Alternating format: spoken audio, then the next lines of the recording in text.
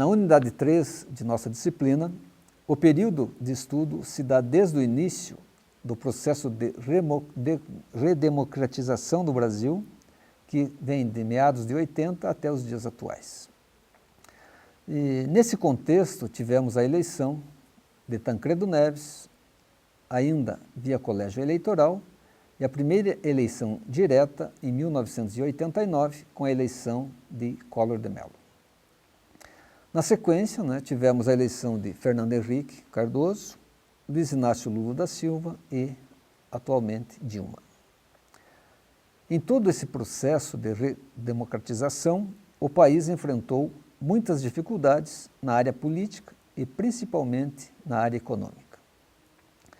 A inflação sempre desafiou os governantes e a cada período surgia planos para combatê-la, e todos obtinham sucesso por um certo tempo, e na sequência voltava com mais vigor.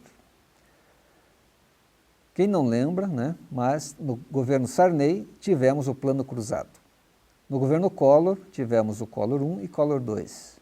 E em outubro de 1982, como faz já parte da história, ocorreu o processo de impedimento, ou impeachment, do governo Collor, e assume o seu vice, Itamar Franco. Com a hiperinflação em que se encontrava o país, o presidente Itamar, em fevereiro de 1994, lançou o Plano Real, ou seja, um plano de estabilização da inflação, em que foi o real a nova moeda e a qual vigora até hoje. O Plano Real estabilizou a economia e acabou com a crise hiperinflacionária. O plano foi concebido por Fernando Henrique Cardoso, que na época era ministro da Fazenda, juntamente com os economistas Edmar Baixa, André Lara Rezende e Pércio Arida. Na primeira etapa do plano era descartar o congelamento de preços, a retenção de ativos, fixação do câmbio e dolarização da economia, pois todos esses elementos estavam presentes nos planos anteriores e não tinha dado certo. Portanto, o Plano Real foi desenvolvido em 3 fases.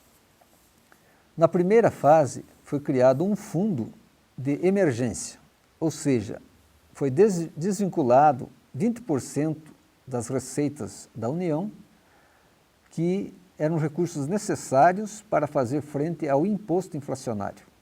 Então, com essa desvinculação da receita, foi possível cobrir os efeitos do imposto inflacionário. Na segunda fase, foi implantado a Unidade de Referência de Valores, a famosa URV, cujo objetivo era indexar toda a economia a uma única referência. Pois na época existiam vários índices que cada agente econômico utilizava para reajustar seus preços. Então não se entendia que índice seguir. Então essa unidade de referência de valor veio para indexar todos os preços a uma só referência. E finalmente, na terceira fase, quando grande parte do sistema de preços estava indexado à URV, esta unidade de referência foi substituída pela nova moeda, o real, que alinhando os preços, e com isso ela conseguiu quebrar a inflação inercial, que todos com o sistema de preço já projetavam a inflação e cada vez mais ela crescia em virtude de não ter um controle de preços. Então, a queda da inflação levou a população às compras. Então, diferente do Plano Cruzado, com o real o país estava preparado para suprir o mercado interno com as importações. Por que ocorreu isso? Nos anos anteriores, a abertura comercial foi proposta pelo governo Collor, então teve a abertura comercial. E também a valorização do real perante o dólar permitia a entrada de produtos importados para suprir o excesso de demanda e também concorrer com os produtos nacionais. evitando com isso o desabastecimento, o ágio e a volta da inflação. Constata-se que nos 3 primeiros anos do governo Collor e Itamar, o Brasil passou por uma forte recessão. Em 1990, o PIB caiu 4,3%.